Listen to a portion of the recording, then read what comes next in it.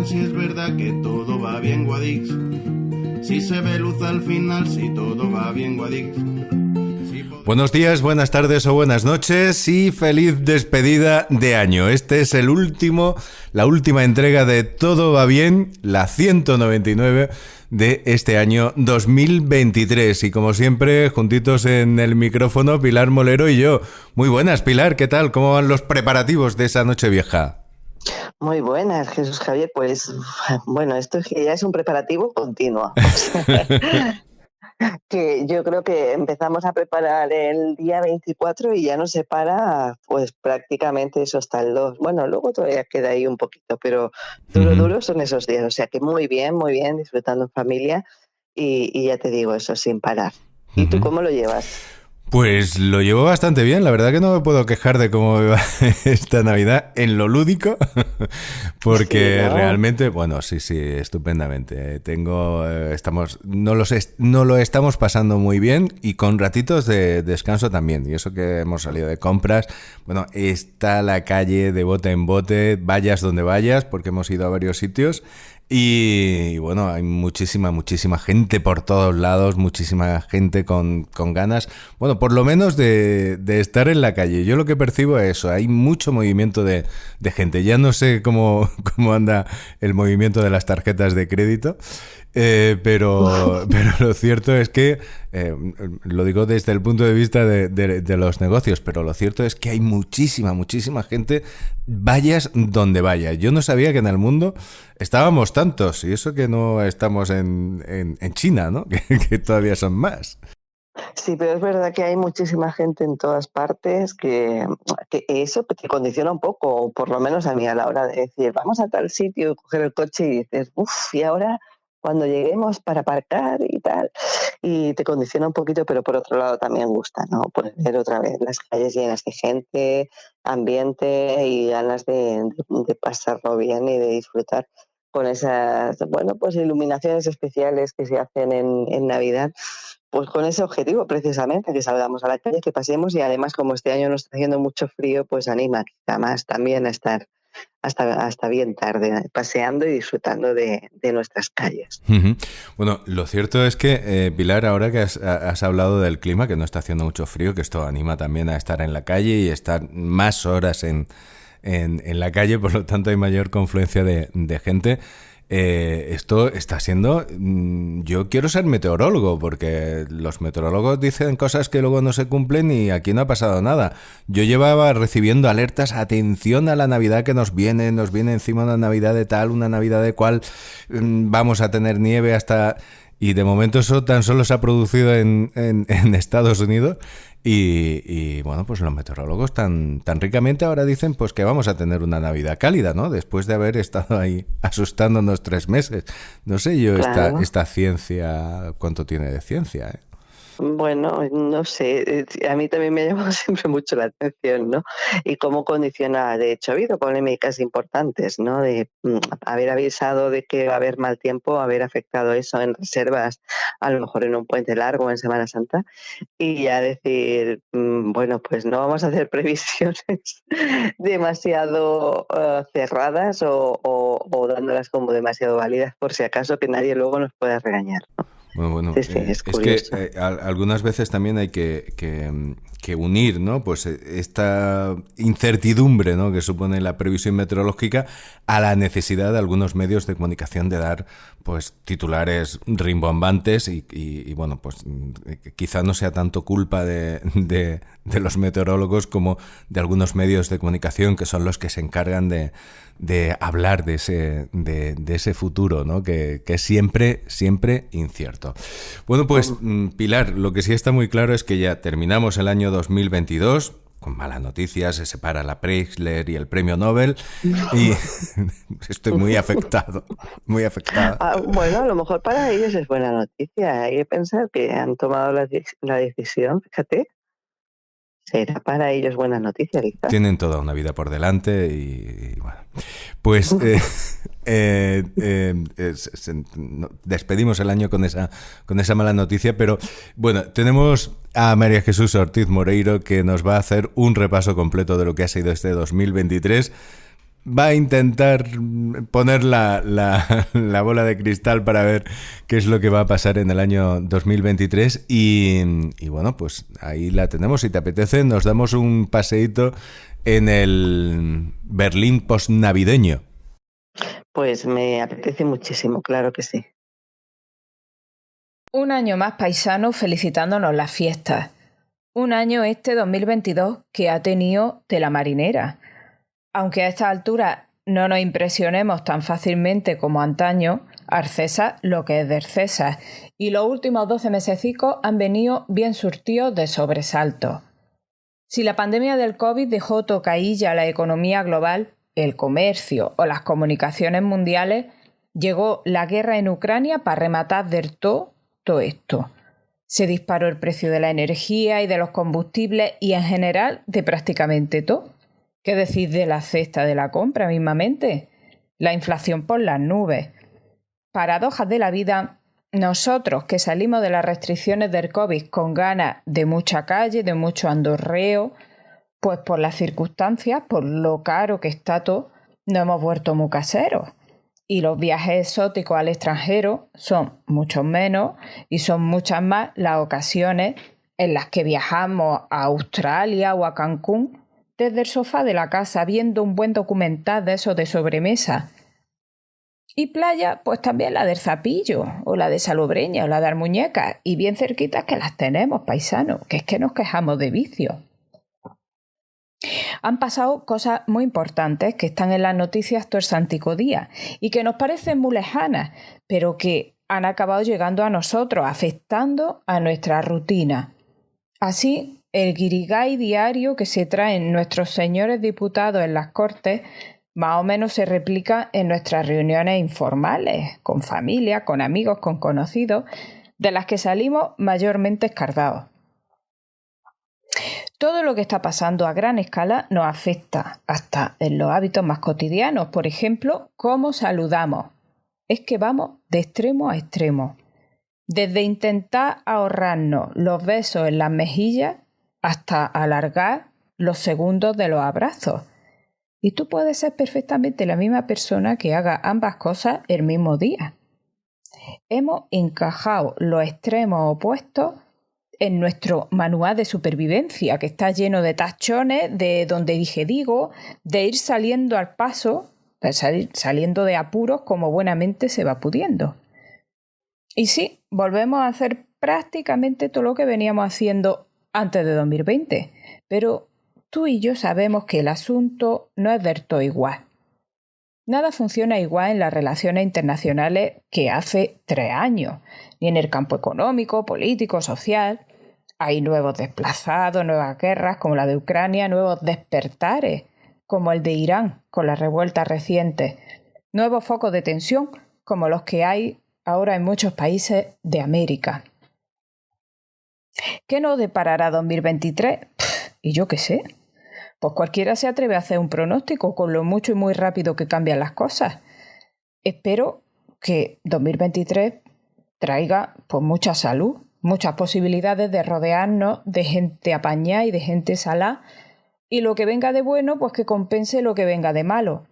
Y a vivir el día a día, paisano, que en nada estamos en las lumbres, y en nada en Semana Santa, y en nada y media en las cruces, camino de Facerretama, en el verano, en el Chiringuito, en la feria, en el Cascamorra, en la Virgen de la Angustia y en las Pascuas otra vez. Y espero entonces poder volver a hacer esto que ahora estamos haciendo, deseándonos un próspero año nuevo. Será señal de que tú y yo seguimos estando por aquí, a pesar de los pesares con los que nos toque bregar. Feliz año, Pilar, Jesús Javier, Alicia María. Feliz año, paisanos. Todo va bien, Guadí. Saludos desde el Quinto Anejo. Pues muchísimas felicidades para ti también, María Jesús. Muchísimas felicidades también para toda tu familia. Y bueno, pues muchísimas gracias por acompañarnos a lo largo de este año 2022. También lo hiciste en el año 2021. Y bueno, pues la verdad que ya pues lo celebramos aquí también como una pequeña familia que ha pasado lista también, María Jesús. Y la verdad que nos encanta celebrarlo con ella también este paso de este cambio de año. Totalmente de acuerdo, Jesús Javier, un gustazo haber compartido este año y bueno, pues también con esa incertidumbre, ¿no? De qué pasará. Hemos aprendido a, bueno, pues a vivir con esa incertidumbre de hemos pasado cosas malas y no sabemos lo que vendrá. Y casi mejor ni nos aventuremos a tratar de adivinarlo, ¿no? Porque es complicado. Qué difícil es el futuro, qué difícil. Pero bueno, Totalmente. estamos así un poco con el alma en vilo, estamos ahí con el alma un poco encogida, ¿no? Porque es que llevamos una rachita que es que no levantamos cabeza. Yo diría que desde 2008, ¿eh? Cuando empezábamos a levantar un poquito cabeza de aquella crisis 2007-2008, nos vino esto de la pandemia, en fin, es que llevamos una rachita que, no sé, esta generación necesita un respiro. Un respiro, sí, porque tantas, tantas grandes situaciones novedosas y catástrofes también, por supuesto, pues como que mm, te llevan a eso, ¿no? A pensar, bueno, ya no vamos a decir que ha pasado lo peor porque capaz de que venga algo todavía que nos sorprenda, ¿no? Así que sí, sí, necesitamos un respiro. Necesitamos un respirito. La gente que estamos viviendo en el planeta ahora y que llevamos unos cuantos años aquí viviendo también, necesitamos pues, un remansico de paz. Ya se nos dará, pero bueno, de momento nos está costando muchísimo poder llegar a un lugar de sosiego a un lugar de sosiego y de paz. Bueno, pues Pilar, yo creo que a pesar de que abundan las malas noticias, una de las cosas que nosotros siempre tratamos de hacer en Todo va bien es hablar de las buenas noticias y yo creo que para la comarca de Guadix hay una noticia yo creo que es muy importante que ha sido la apertura del Centro de Interpretación Torcuato Ruiz del Peral en la antigua iglesia de San Francisco, en la iglesia de San Francisco de Guadix y que tiene una parte que a mí me gusta mucho, que es la colaboración de dos instituciones. La diócesis por un lado y por otro lado el GDR de Guadix. Ujú. Y además es un proyecto que nos permite disfrutar de dos aspectos, ¿no? Por un lado, descubrir o redescubrir y disfrutar la obra del artista y por otro lado, ese edificio, ¿no? Que, bueno, yo lo tengo muy cerquita, lo veo todas las mañanas y que realmente es maravilloso la iglesia de San Francisco y bueno, pues que vuelva a estar abierta con otro uso, pero que se pueda disfrutar de ella porque es un lugar muy, muy bonito, un artesanado increíble y que, bueno, pues que espero que dé también vida, ¿no? A ese centro histórico en Guadix que, bueno, pues que es para mí, yo qué te voy a decir, pues para mí es precioso y que necesita eso, tener actividad y que se vea gente por la calle. Bueno, yo creo que además también es un centro que es bastante innovador y bastante peculiar porque es el único centro de interpretación dedicado a todo a un artista que hay de estas características, por lo menos en Andalucía. Creemos, porque luego siempre aparece alguien por ahí, pero bueno, es un centro de interpretación dedicado todo él a un solo artista, Torcuato Ruiz del Peral, y evidentemente también a su contexto, porque esto también es bastante importante, lo de contextualizar. Y creo que es una oferta, yo creo que también bastante importante, que se suma ya a todo lo que tenemos y que hace más atractivo la visita a nuestra ciudad. Y por supuesto, a lo que estamos en Guadix, pues también es una visita obligada para conocer mucho mejor a este gran artista que, bueno, para muchos es un artista que cierra ciclo, ¿no? Que cierra el ciclo del barroco en Granada y que, bueno, pues es realmente interesante e importante poder visitarlo y poder conocerlo muchísimo mejor para defender lo nuestro, como siempre digo. Ujú. Y ya aprovechando que, bueno, hemos dado ese dato, ¿no? De que cuenta con el apoyo del GDR, recordar que está abierto el plazo de solicitud de ayudas de la nueva línea de ayudas del GDR para empresas, para actividades productivas de empresas y también para colectivos, para asociaciones. Así que ya sabéis, si tenéis algún proyecto en mente, acercaos al GDR hasta el 16 de enero. Allí tenéis asesoramiento técnico e información para poder llevar a cabo esos proyectos que tenéis en mente con apoyo de esos fondos europeos. Bueno, pues enhorabuena al obispado, muchísimas gracias al GDR por esa colaboración imprescindible, porque en el mundo en el que estamos el dinero es muy importante. Y bueno, fíjate, Pilar, hablamos de Torcuato Ruiz del Peral, nos vamos ahora a hablar de otro Torcuato, de Torcuato Antonio, que es uno de los protagonistas de la última novela, del último libro de una novela corta de Carmen Hernández Montalbán, que se presentó hace unos días y que, bueno, pues hemos tenido el gustazo esta semana de hablar nuevamente con Carmen Hernández Montalbán, que siempre nos aporta también datos interesantes del momento creativo o cómo llegó esa inspiración a Carmen Hernández Montalbán. Así que si te apetece, pues empezamos rápidamente esa entrevista con Carmen. Pues vamos con Carmen, que siempre es un gustazo escucharla.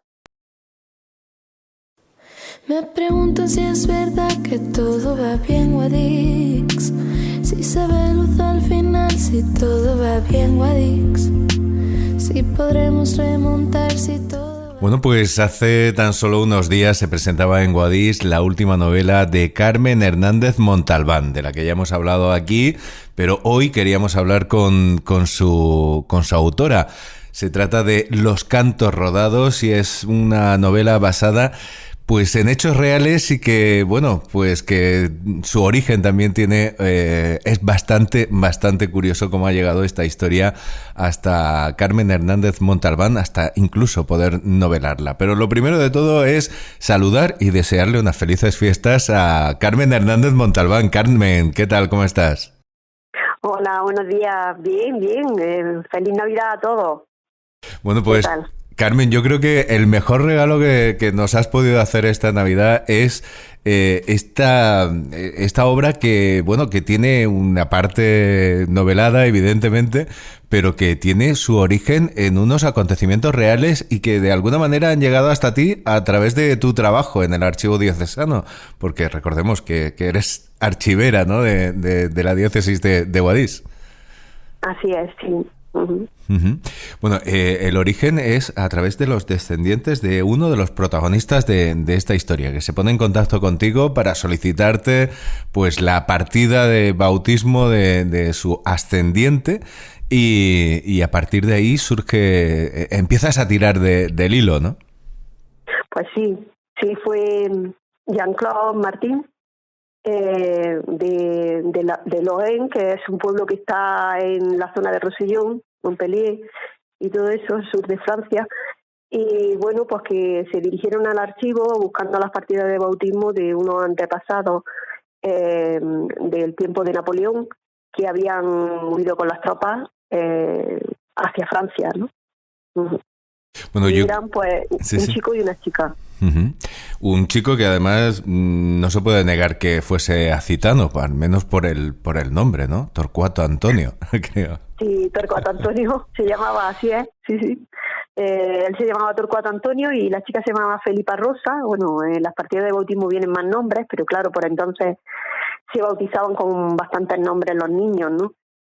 Y bueno, pues de estos niños desciende Jean-Claude Martin, que es el descendiente. Bueno, realmente se puso en contacto con nosotros un primo segundo de él, que se llama Frédéric Llano, y luego posteriormente ya contacté yo con Jean-Claude. Que bueno, pues eso, que me decían que querían encontrar las partidas. Y era pues, un poco complicado porque por aquella fecha había 4 parroquias y ellos no sabían la parroquia en la que la habían bautizado, ¿no?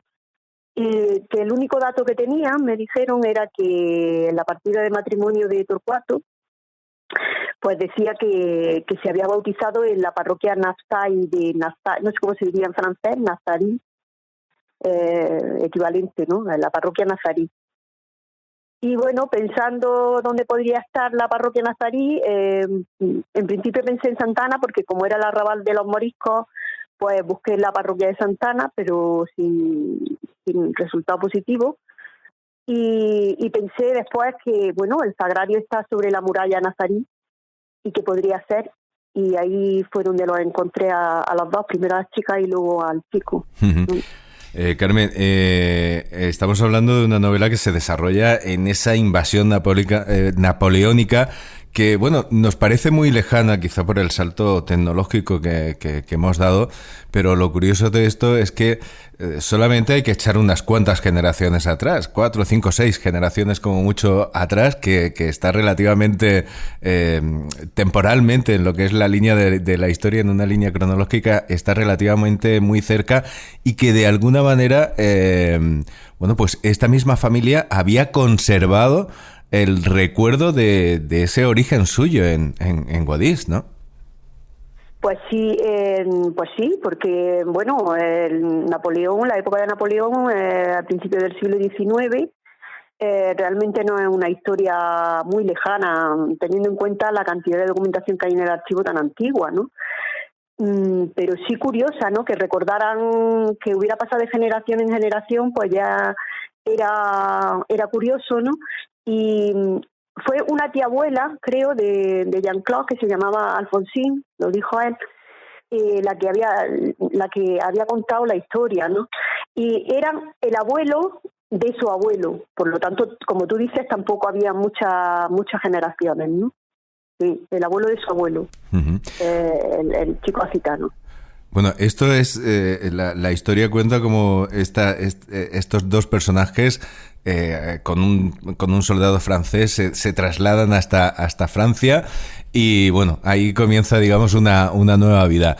Yo creo que una de las enseñanzas que tiene este libro tuyo es que, bueno, a pesar de lo que es el horror de la guerra, en medio de la guerra se pueden ver también, o se puede ver florecer también algunos de los aspectos más importantes de la humanidad, como puede ser el amor o incluso el instinto de protección, porque los personajes pasan por eso también, ¿no? Sin duda. Sí, el mensaje principal de la novela es digamos, el desastre y la inutilidad de la guerra, que generalmente pues la provocan pues las personas que gobiernan los países, ¿eh? Y que nada tiene que ver los ciudadanos de a pie, no, nada tienen que ver en los conflictos, en cómo se genera un conflicto. Y entonces, pues claro, el instinto de supervivencia y la solidaridad que se pueda crear entre la gente, pues hace que que tenga sentido, ¿no? De que en realidad somos hermanos, que en realidad no somos diferentes, que todos buscamos lo mismo. Bueno, pues eso es una crítica un poco a lo que es un conflicto bélico, ¿no? Que hoy en día tenemos muy presente también con el tema de Ucrania. Uh-huh. Lo tenemos ahí en las puertas, aunque a veces no nos demos cuenta, ¿no? Pero está ahí presente. Carmen, como decía yo antes al principio, es una historia que está novelada, en la que tú has tenido que rellenar los muchos huecos de esta historia que se había transmitido de manera oral a través de una misma familia y con la documentación que has podido aportar. Pero bueno, el trabajo a la hora de hacer una novela histórica más o menos es ese, ¿no? Respetar el contexto histórico y dentro de él situar a unos personajes, ¿no? Exactamente, sí. Sí, porque si no, no sería una novela, sería un libro de historia, ¿no? Entonces, lo que sí hay que tener claro, por lo menos en el aprendizaje que yo he tenido con las dos novelas que he publicado, que son históricas, pues ha sido eso, que hay que respetar el contexto histórico sin que se produzcan anacronías ni nada de eso, ¿no? Y intentar averiguar lo máximo posible cómo se vivía en una época, los sucesos más relevantes que estaban teniendo lugar, todo eso, ¿no? Pero después está la parte creativa que se encarga pues de rellenar esos huecos, como tú decías, porque realmente lo que se sabía de la historia es que los niños llegaron a Béziers, que era el lugar donde era el soldado, se llamaba Jean Camel, y llegaron allí a Béziers y el soldado estaba herido de la batalla de Pamplona, y la niña estuvo en la cárcel un tiempo porque, según se contaba, había escupido sobre una moneda de Napoleón. No se sabe el motivo por el cual la niña había escupido sobre esa moneda, tampoco se sabe el motivo por el que el niño había acompañado a la hermana, porque más me surgió más duda aún cuando descubrí que la madre todavía seguía viva en Guadix, de los niños, y una hermana. Y bueno, pues yo decía, ¿qué es lo que habrá llevado a la hermana a llevarse a ese niño, o ese niño ir con la hermana, ¿no? ¿Qué habrá pasado, ¿no? Entonces, todas esas incógnitas que te surgen, pues las vas rellenando con la ficción, ¿no? Uh-huh.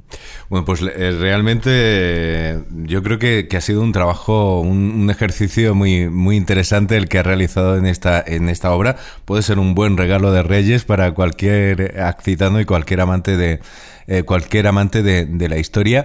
Y bueno, descubrimos también en esto que bueno, hay una cierta conexión, ¿no? con temas universales, la guerra, el amor y bueno, el instinto de supervivencia del que tú nos estabas hablando hace tan solo un segundín. ¿Por qué crees que, bueno, Pedro Antonio de Alarcón ya, por ejemplo, trató estos temas?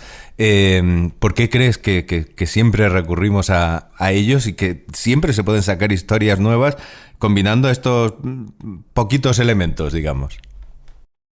Bueno, la guerra de independencia en Guadix, claro, sí, la trató Pedro Antonio de Alarcón.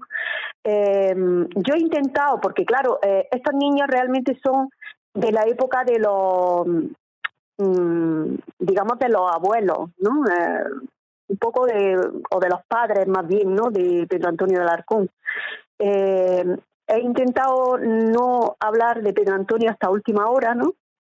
Y al final de la novela que se habla de él, ¿no?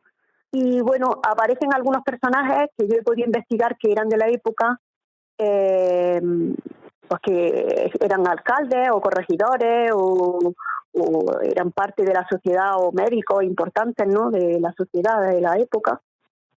Creo que las fuerzas vivas que se decían, ¿no? Las fuerzas vivas, claro. y bueno, a mí me fascina recrear, por ejemplo, la ciudad, imaginar cómo sería la ciudad en cualquier época pasada, ¿no? Hay que documentarse lógicamente, ¿no? Pero no sé. Me parece una historia interesante por todo lo que rodea la época de la guerra de independencia, la guerrilla, el bandolerismo, el pueblo, ¿no? Cómo se defiende el pueblo, fuera ya de como tú has dicho, las fuerzas vivas.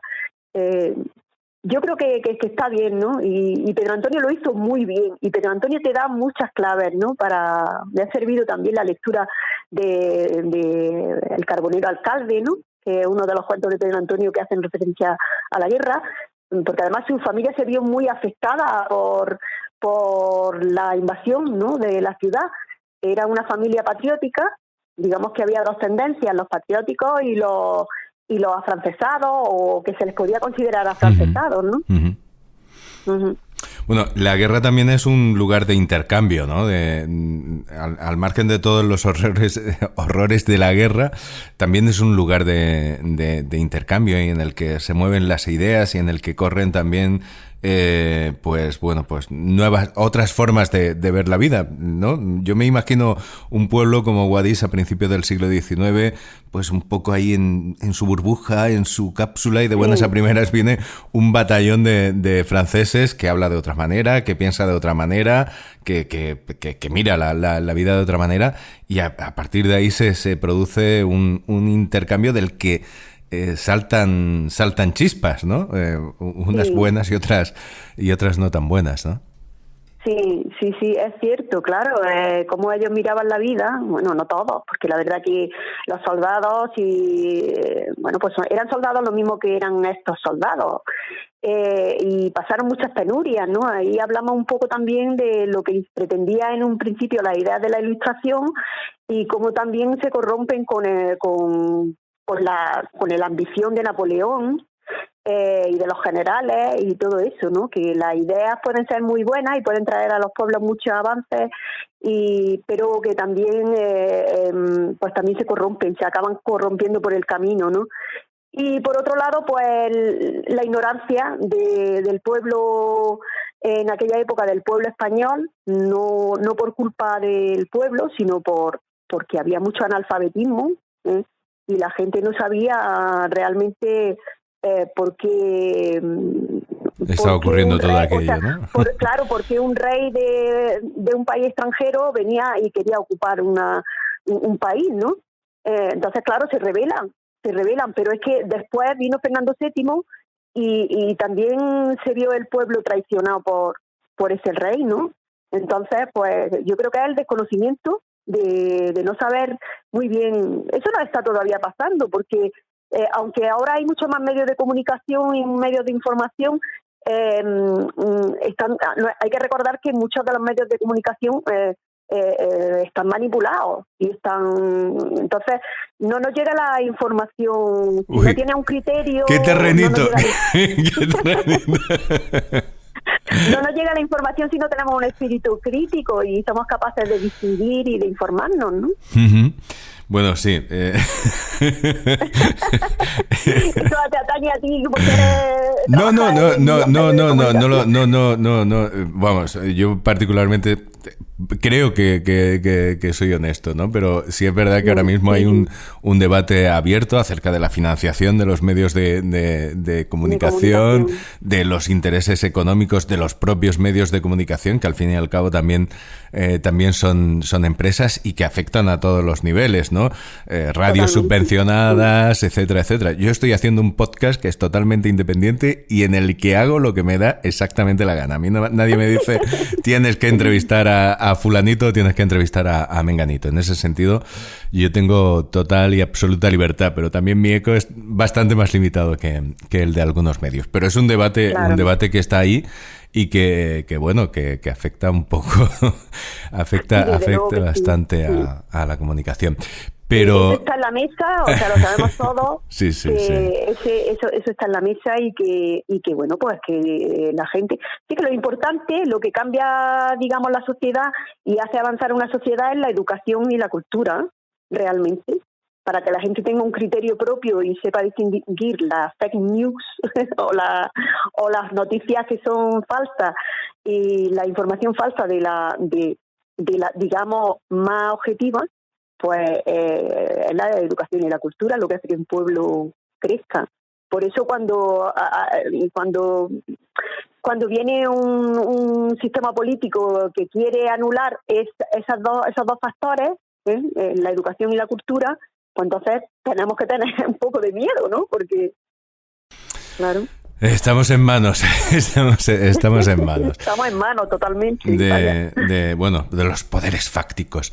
Menudo salto hemos dado, Carmen, desde una cosa a la otra, una cosa lleva a la otra. Desde Napoleón hasta... Pero bueno, desde luego es muy interesante y da pie a reflexionar. Volvemos sobre la novela y bueno, pues antes de terminar, Carmen, me gustaría saber dónde podemos encontrar la novela. Y bueno, la manera de ponerse en contacto contigo para poder conseguirla, porque, bueno, yo te voy a decir, la he estado buscando en Granada capital, y no la he encontrado, ¿eh? Pues claro, todavía quizá las librerías no la han pedido, pero bueno, la editorial se llama Darby y se puede encontrar en internet.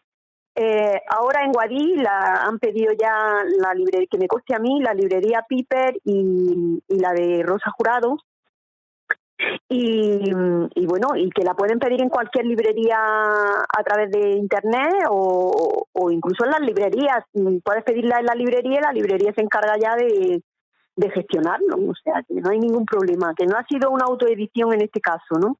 Sino que ha sido una editorial y que una editorial además de un grupo editorial que tiene alcance, ¿no? Uh-huh. Bueno, pues Carmen, la verdad que tenemos que estar muy agradecidos a ti porque nos das mucho contenido, eres muy activa y bueno, en muy poquito tiempo has sacado varios libros. Ahora mismo yo no sé si te vas a tomar un descanso, por lo menos hasta empezar el año, que no te lo estoy pidiendo. Sí, la verdad que sí. O bueno, tienes algo ahí en cartera. Tengo, hay un poemario que se está todavía haciendo. Y bueno, y voy a empezar otra novela, pero claro, esta va a tardar, va a tardar, porque hasta ahora las que se han publicado son novelas cortas, realmente. Me parece que en torno a unas 160 y tantas páginas, pero ahora ya quiero hacer algo más, no tan localista, es decir, no que esté relacionado con Guadix en este caso, o por lo menos que se pretenda, como en las dos anteriores, pero ya quiero probar a hacer una novela un poco más extensa, porque pues estamos en el camino del aprendizaje todavía. Uh-huh. Y nada, a ver qué pasa.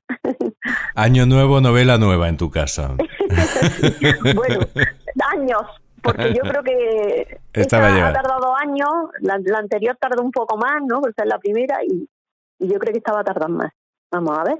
Pues Carmen, muchísimas gracias, enhorabuena, felicidades, que entres en el año nuevo con muy buen pie y esperamos poder disfrutar de tu novela en breve Claro. y nada, orgullosísimos de contar con una paisana como tú, que no solamente nos aporta datos históricos, sino que también aporta la belleza de la creación, y yo creo que eso siempre es un dato muy interesante, muy, muy importante para estar siempre agradecidos a ti. Un fortísimo abrazo. Nada, un abrazo para todos. Yo también me siento orgullosa de ser acitana, un pueblo que tiene mucha riqueza, en todos los sentidos, y que ojalá que pronto podamos, digamos, avanzar con más fuerza. Esperemos que sí, que tomemos impulso para seguir avanzando. Pues muchísimas gracias, Carmen, y feliz año nuevo y nada, pues encantados, ¿no?, de que haya una persona que tenga tantísima actividad. Hemos hablado de parte de esa actividad en la entrevista, pero por ejemplo es que con la Asociación Cultural La Oruga Azul, con todas las actividades que viene realizando, la verdad que es un ejemplo admirable el de Carmen Hernández Montalbán, esa manera de volcarse y de poner pasión en todo lo que hace, ¿no? Uh-huh. Y esa capacidad, ¿no?, creativa y productiva, que ya lo hemos comentado otras veces, a mí siempre me asombra, es increíble, ¿no? Bueno, pues un gustazo como siempre escucharla y un gustazo poder contar con una nueva obra de ella para disfrutarla tranquilamente y leerla. Uh-huh. Bueno, la verdad que el tema me encanta, me apasiona lo que nos ha ofrecido Carmen Hernández Montalbán en esta novela, Los cantos rodados. Y bueno, yo tengo que confesar que le he hecho la entrevista, me gusta siempre hacer las entrevistas de cosas que he leído, la he hecho sin leer porque, bueno, no la he encontrado todavía, pero ya nos ha avisado que ya está fluyendo por las distintas librerías. Y bueno, Pilar, nosotros nos vamos despidiendo ya hasta el año que viene, es la típica broma de estos días, ¿no? Sí, ya no nos vemos hasta el año que viene, por lo menos. Bueno, pues espero que tengamos ocasión en Nochevieja de poder saludar y, bueno, pues anunciar que el próximo número, si este era el 199, el próximo número será uno de esos números redondos al que estamos acercándonos, que es el número 200, el número 200 de Todo va bien. ¿Quién lo iba a decir? Pues sí, no lo hubiéramos pensado, cuando empezamos cuando empezamos esta andadura, aunque suene a topicazo, ¿no? Pero es verdad que, bueno, era probar, a ver, hacer, y fíjate, ya llevamos 200 programas, más de 2 años, vamos para 3 ya. Para 3, estamos más cerca de 3 que de 2. Uh-huh.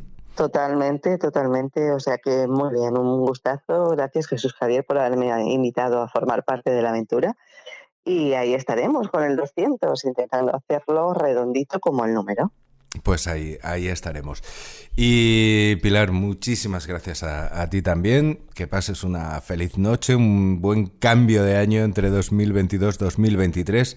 Este es impar, nos tiene que salir bien, tiene un número muy bonito, el 3, que yo soy adicto al 3. Y todo lo que nos venga en el 2023 va a venir muy bien. Así que nada, un fortísimo abrazo y hasta el año que viene y el programa número 200. Y ahora sí, nos vamos con Alicia María Expósito. Pues Jesús Javier, otro abrazo enorme para ti, para los tuyos, que todos tengáis muy buena Nochevieja y que entréis con el mejor de los pies en el 2023. Y nada, pues nos seguimos escuchando. Hasta prontito.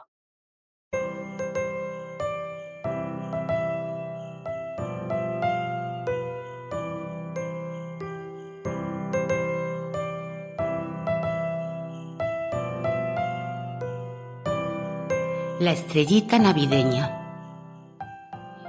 Hubo una vez una estrella bastante pequeña que brillaba en un rincón del cielo. La estrellita no estaba muy conforme con su situación, pues ella deseaba brillar tanto y ser tan famosa como la estrella de los Reyes Magos. Cuando llegó la Navidad, la estrellita, dispuesta a cualquier cosa para llamar la atención, se empezó a mover en el cielo, tratando de situarse en un lugar mejor y de brillar más que ninguna de sus compañeras. Pero como aún era un astro joven, no destacaba entre los luceros del firmamento, y mucho menos tenía una cola luminosa como la famosa estrella que guiaba a los reyes. La noche de Navidad, desesperada, la estrellita se puso a empujar a las otras estrellas, y tan fuerte lo hizo que terminó cayéndose del cielo. Bajó a toda velocidad y se hubiera roto en pedazos si no hubiera tenido la inmensa suerte de ir a caer al mar. Así que, en lugar de romperse, hizo plof y se quedó flotando en el agua. Un rato después, pasó cerca de ella un humilde pescador en su barca. ¡Socorro, socorro!, gritó la estrella cuando oyó salpicar los remos. El pescador, muy sorprendido, miró hacia el agua y al ver a la pequeña estrella flotando, sacó su red y pescó a la estrellita que tiritaba de frío. Entonces la secó muy bien y la dejó dormir, mecida por el oleaje.